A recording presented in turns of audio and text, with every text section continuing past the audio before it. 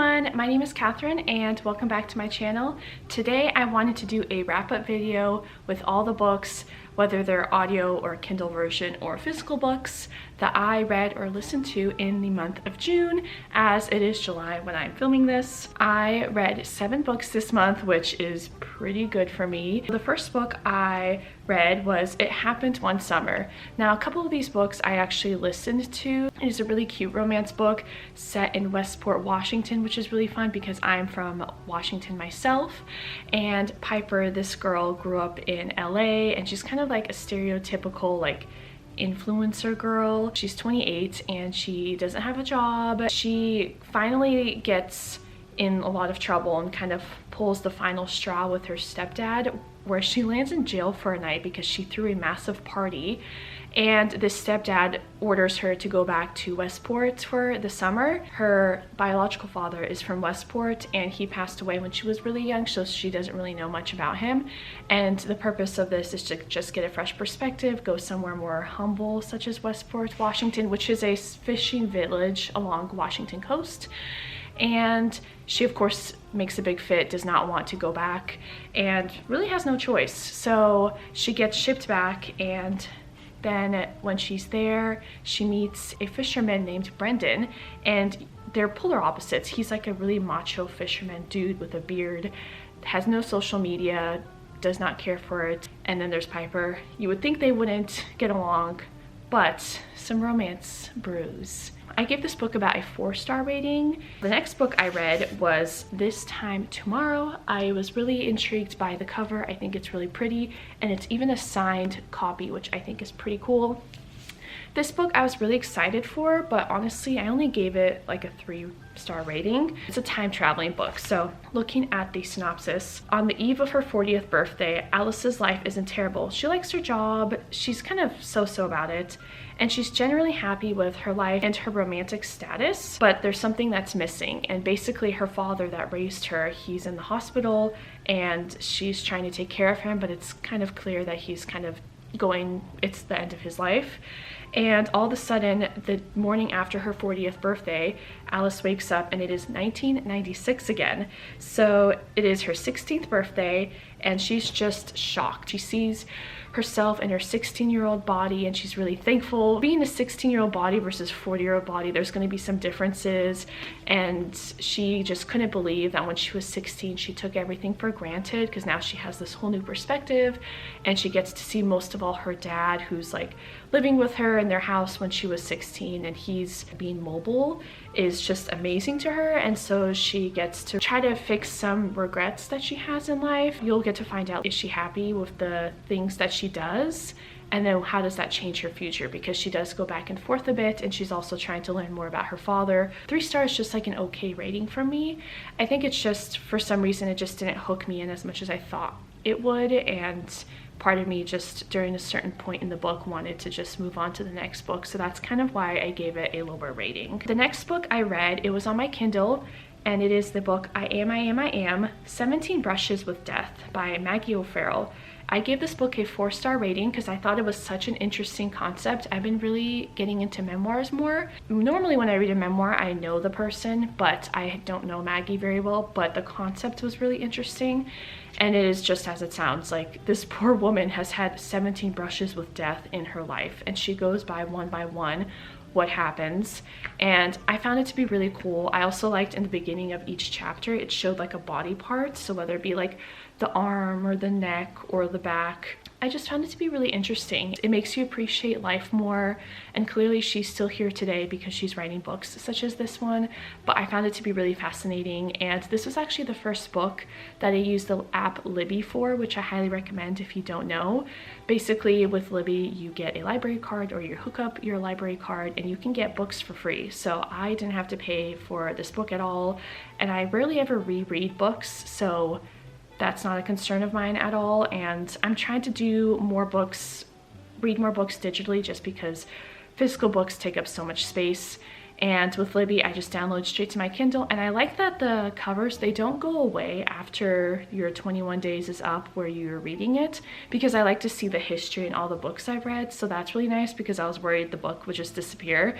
I just like to have that kind of I don't know, that mark, I guess, on my Kindle. So that's really great. The only thing is sometimes you might want to read a book like right away, and a lot of times you have to wait several weeks to get the book. So really depends, but it's really great to have that option if you're willing to wait like that 2 weeks or whatever. Sometimes it's ready right away, and a lot of times I found they're ready sooner than what it says when it says it'll be ready. That's the only con. Otherwise, I love it. Highly recommend it.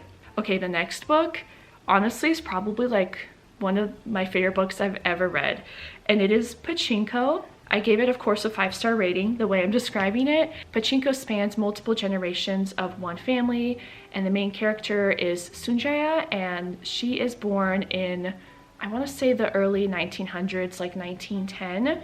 And she eventually moves to Japan. This is also around the time when Japan is trying to overtake Korea.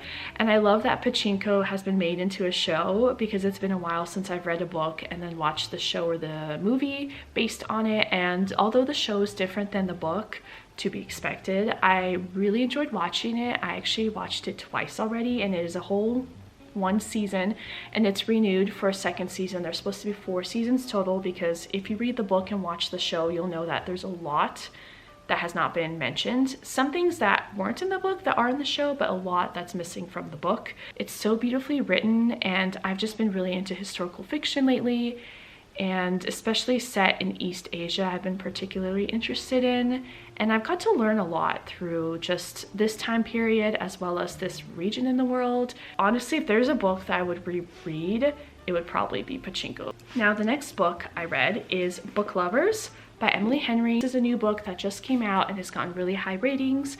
It is a romance book, and I did really enjoy this book. I believe I gave it a 4 stars. Yeah, I gave it a 4-star rating, and it is basically about 2 different people who work in the book publishing industry, or book industry as a whole. So there's Nora Steffens, and then there's also Charlie Lastra. So Charlie Lastra is a book editor, and then Nora is in publishing, and she's very much a career-focused woman, and I really liked that about this book, that she's not like some girl that her whole life is around the guy that she's dating, and she's like pawning over this one dude and like puts all her energy into just dating somebody. But really, she is a career-driven woman. She's very passionate about books, and also she's very close with her sister Libby, and she lives in New York City. But Libby asked her to go to North Carolina for about a month during the summer to just kind of have some fun and have a getaway, because it's really just the 2 of them. Their parents aren't around. And then that is where Nora runs into Charlie Lastra, who she already knew, and they weren't really good friends. So it's like a friend or an enemies to lovers trope, which is always a fun thing to read about. And I read this during a vacation that I had recently, so definitely a fun book to read. I wanted to read something light while on vacation, especially after Pachinko, and it was a really great book and really sweet. And I just love how Nora was portrayed, that she was, you know, a whole person. And I'm also somebody who's very passionate about like my schooling and my career, so I really loved reading about that. Okay, the next book I read is Women Don't Owe You Pretty by Florence Given, and this was on my Kindle. And overall, I was gonna give this book kind of a low rating as I started reading it, but then as I continued on reading it, I liked it more and more towards the end. I feel like a lot of it was kind of like things that we all know, but it's always nice to hear about. So as the title, you can imagine, Women Don't Owe You Pretty. It's all about female empowerment and confidence, and just basically the author is telling the reader that, you know, you don't owe anything to anybody and you're great just the way you are. And she has these illustrations also throughout the book of different body types, which is really great to see. And I read it because somebody else recommended it to me, and I was intrigued, and it wasn't too long of a read. But then later down in the book, it continued to go on to basically advice for different groups of people or for different situations, and applying it to your life and seeing how you can better yourself for future times, or think about certain situations you've had in the past of someone and how maybe you were in the wrong, and how to correctly ask someone or react to someone. For example, there's a section that was talking about how if somebody comes up to you and says, hey, you hurt my feelings when you did this, it's very often to be like, oh, I didn't mean that though, and kind of rebuke and just say how you didn't mean it from your perspective, you meant it this way, and almost saying like they're incorrect. The author was saying the best way to respond is just to acknowledge what they're saying and know that what's more important is how you made them feel, not what you did or said. So to really listen to what they're saying and to just accept that you're in the wrong, because we all are in the wrong at some points, and to better yourself for the future. In the end, I gave this book a 3-star rating. And then the last book I finished in June was Hook, Line, and Sinker, which is the second book in the series. So basically I started the book with the first book in the series. It happened one summer, and I ended the month with the second book, which I did not realize. And the second book, I honestly gave it kind of like a 3-star rating. I don't know. I feel like there's a lot of books that I really enjoy reading, but then it gets to a point where I'm kind of ready to move on. Maybe it's because I have so many books I want to read and I'm like antsy to get to them all, which probably I need to really enjoy reading in the moment, but sometimes it's hard to. But I really did like this book. It is surrounding Piper's sister, Hannah, who's a little bit younger than Piper. She's in her about 26, I would say, and she works in the film industry, which their stepdad is a big-time producer in the film industry. And so she works there in LA, and she's able to convince the film crew and director for a certain film to film up in Westport, Washington, because it's a good setting based on the story that they're trying to tell. She's able to go up there for the summer. She did go up there previously in the summertime with Piper that first year when they went, so Hannah's back there again, and she gets to talk to Fox, which is Brendan's friend. And so Hannah is just going about filming in this fishing town. So I won't give any more details about that, just, you know, also really good fun romance read. And that is what I read in June, so that's really exciting. And I right now am probably going to be reading a bit more nonfiction books. Right now I'm reading a book about animals and how we treat animals. It's called How to Love Animals in a Human-Shaped World, and I've been really liking that book. I'm not going to mention too much about it because it is a book I'm reading in July, not in June, but I'm learning a lot about it and it's definitely keeping me interested.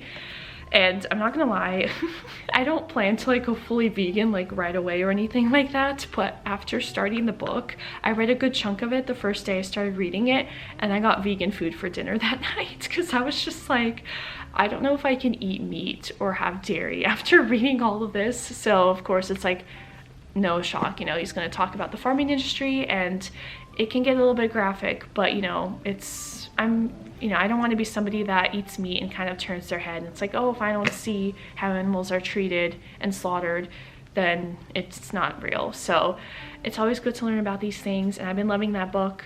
But let me know what you guys have been reading, and if you have any recommendations, please let me know. And I'd love to see you in a future video of mine. So thank you so much for watching, and have a great day or night whenever you're seeing this. Bye!